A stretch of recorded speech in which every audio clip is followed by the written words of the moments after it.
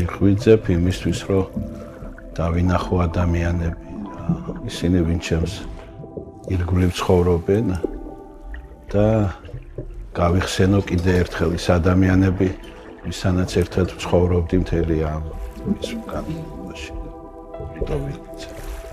ვიღიმები გულში ვიცინი, ხო, გულშიც ვიცინით ადამიანები. ესე იგი ამ დროს უფრო ვარ ბედნიერი, სიცილი არის ბედნიერება და ამიტომ ამას მეუბნება როგორი არის ადამიანი. კარგი თუ ცუდი, ჩემთვის არის ორი რამ ადამიანში. როგორი არის ადამიანი, არის კარგი ან ცუდი, საშუალო რაღაცა. კარგი ადამიანია ის, ვინც იცინის და თავისი სიცილით აბედნიერებს ირგვლივ ადამიანებს.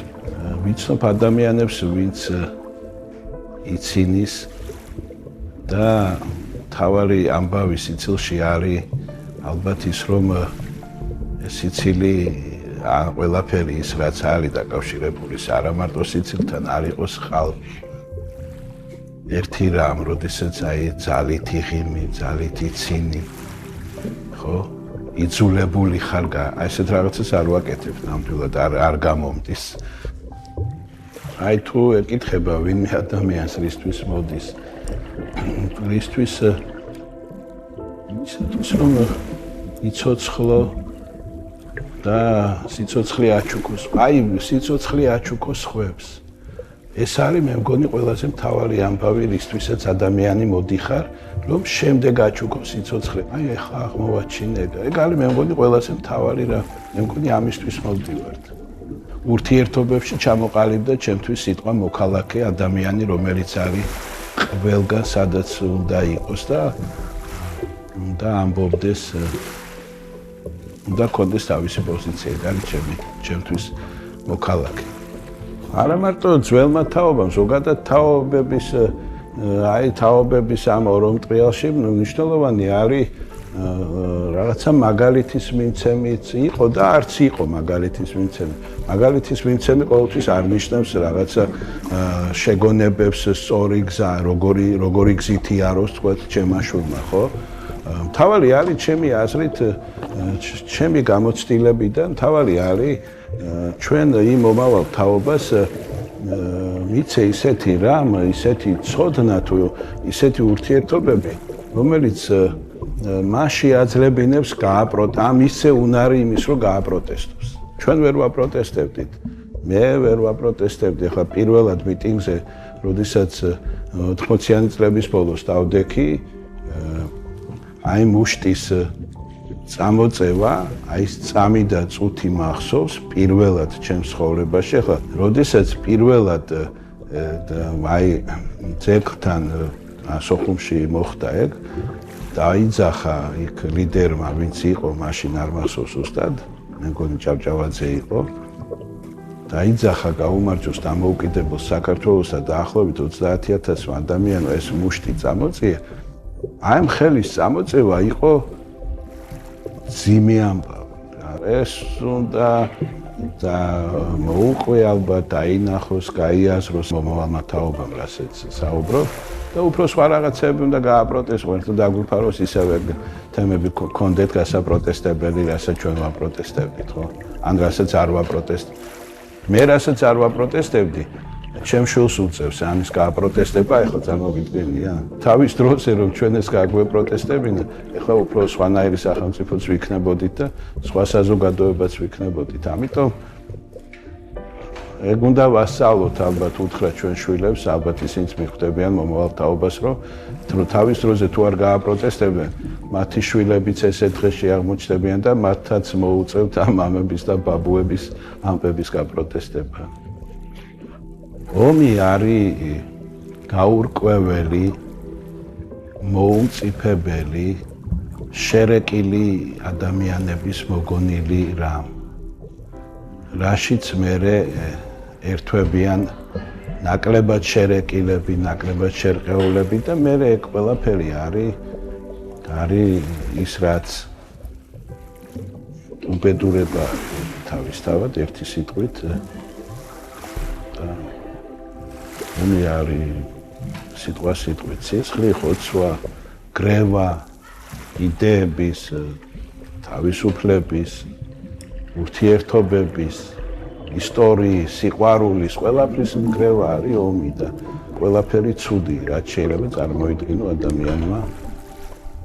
არ შეიძლება ადამიანმა გაამართლო ის, რამაც შეიძლება შენ ვიღაცას წაართვა სიცოცხლე, ხო? ვიღაცას წაართვას ბედნიერება რაღაცის გამო და ამ რაღაცას ერქვას მიწა, ტერიტორია, რაც გინდა. ჩემთვის აი რაღაცა მსოფლიო, აი საზღვრების და იმის გარეშე ალბათ წარმომიდგენია ბედნიერი სამყარო, ხო? ომი არის უბედურება. არ აქვს გამართლება არანაირად. არც არასდროს ჰქონდა, უბრალოდ ჩვენ ვიგონებთ ამას ადამიანები ჩვენივე კეთილდღეობისათვის, ალბათ, ხო? თუ აი ომის მერე ხდები, ომის გმირი, ომის ვეტერანი და აი ავტობუსში ავდივარ და ომის ვეტერანი რო ვარ, ამიტომ აქვს უფასო გზავრობა და აი რატომ, ხო? ეს რომ მე ერთი სიტყვით რა ყველაფერი ის შეუძლია აი წარმოუდგენელი ამბავია ომისგან სიკეთე მიიღო ადამიანმა რა ამის თქმა მინდა ომში რომ იყავი ამის გამო ვიღებ ამ 100 ლარიან პენსიას აი ეს თვითონ იდეა ამის რომ ამ ყველაფრის მერე დამთავრდა ომი და მერე ვიღაცა ის ადამიანები ვინც ქმნიან ომს ვინც დაიწყეს ეს ომი ვინც აი ეს ორომტრიალი დაატრიალა მერე თითქოს ფიქრობენ ამ ომში დაზარა თან გააჩნია ვისე ომები ვისე ესური ხო ეგ კიდე მეორე მთელი დიდი უბედურება ჩვენ გვაქვს ისა თვისება ერთმანეთს ვესროლოთ არც გამარჯვებული ყავს რა თქმა უნდა ვიღაცის დამარცხება როგორ შეიძლება აღიქვა საზოგადოებამ ვიღაცის გამარჯვებად რა აი გარი ხო არა ტოლერანტული კი არა ზოგადად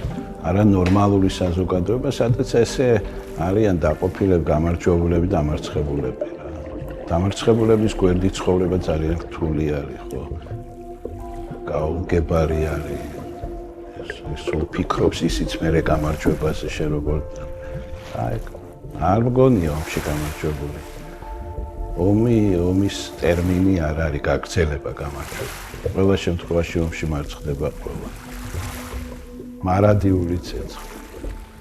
ყველგან ჩაქრა ეგ მარადიული ცეცხლების. როდესაც სკოლაში დავიწყე მუშაობა იმ ომის მერე, პირველი გვარი იყო აფხაზური გვარი ამ იმაში ჟურნალში და ესე თვალები დაჭყეტილი სასწაული ბავშვი. მეხუთე კლასი.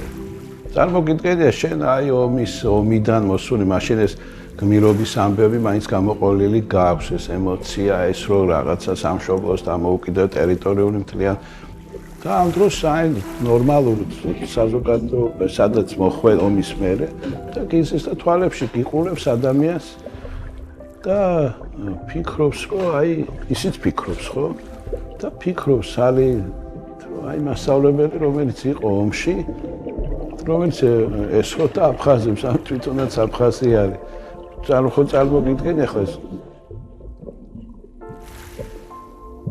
რატომ ვართ ის ერთი ქვეყანა ერთადერთი ალბათ რატომ არის სწავლება ფილოსოფია ჩვენთან საოცარი ამბავია იმიტომ რომ ალბათ არ ვიფიქროთ ერთმა მკითხა ვიფიქრეს რომ სწავლეს რომ ეუბნებინა იფიქრე გიორგი და მოგიტრიალდებოდა რომ გეკითხება როგორ ვიფიქრო მას და აი მიხვდები რომ ვერ ასწავლე როგორ იფიქროს და არჩენ იცი როგორ რა პასუხი უნდა გასცე იფიქრე გიორგი როგორ ვიფიქრო მას აი როგორ ვიფიქრო მას არის ჩვენი სკოლა გაჯეთის ციხე და ის გიორგი გეკითხება როგორ ვიფიქრო და შენ აი გაჯეთის ციხეს არ გაქვს პასუხი როგორ იფიქროს და თავდება იქ ყველაფერი და იმიტომ გარბიან დღემდე სკოლიდან შატალოზე სკოლის მოსწავლეები. ესეც ამოუხსნელი ამბავია, ხო?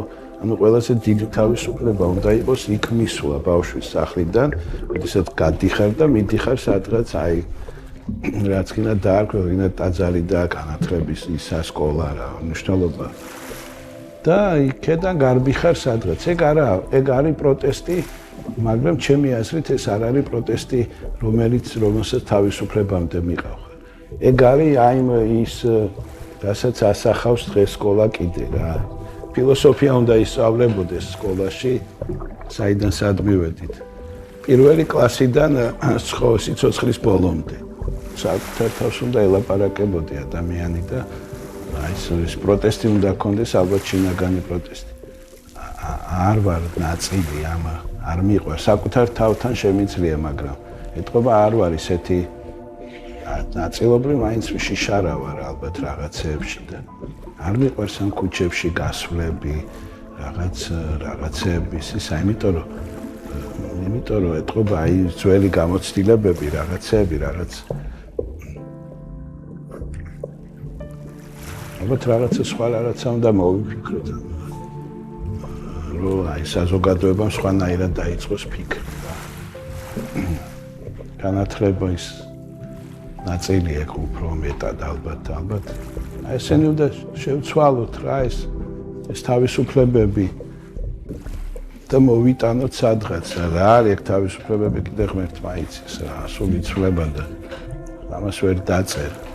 თავისუფლების ქარტია მოვიფიქროთ და თავიდან დავწეროთ ქართველებმა რა შეიცვლება ყველაფერი. ახალგაზრდებთან ურთიერთობამ შემცვალა, იმიტომ რომ სხვა რაღაც საქმიანობა რომ ამერჩია, ალბათ უფრო სხვანაირი ტიპი ვიქნებოდი და სტუდენტებთან და ახალგაზრდებთან ურთიერთობა მაძლევს საშუალებას, რომ ყოველდღიურად შევიცვალო ადამიანებთან ერთად, რომლებსაც აქვს სურვილი შეიცვალოთ რა. ფიზიკურად ვიცვლები, რა თქმა უნდა, ბერდები და სასიამოვნო არის ეგ დაბერების პროცესის ხილვა. რა ვიცი, ომის დროს სულ ფიქრობ ახლა. რომ შეიძლება სადღაც და სუსტად ვიცოდი, რომ არ უნდა დავღუპულიყავი idეაში და როდესაც დავიჭერი და წავიქეცი და გადავარდი ერთი სიტყვით, ხედავდი იმათ, ვინც იმ ჩემს დიდ სიცოცხლეს მისპოვდნენ რა, ის ადამიანი, ვინც მესროდა, დავინახე რა. სიკვდილი არის ყველგან. თუ კი უბრალოდ ამ სიკვდილს არ უნდა ეთამაშო რა. ალბათ უფრო ნაკლებად ვფიქრობ იმ ჩემ სიკვდილზე და უფრო მეტად, როდესაც ვხედავ, რომ სიკვდილი ძალიან ახალგაზრდა გახდა.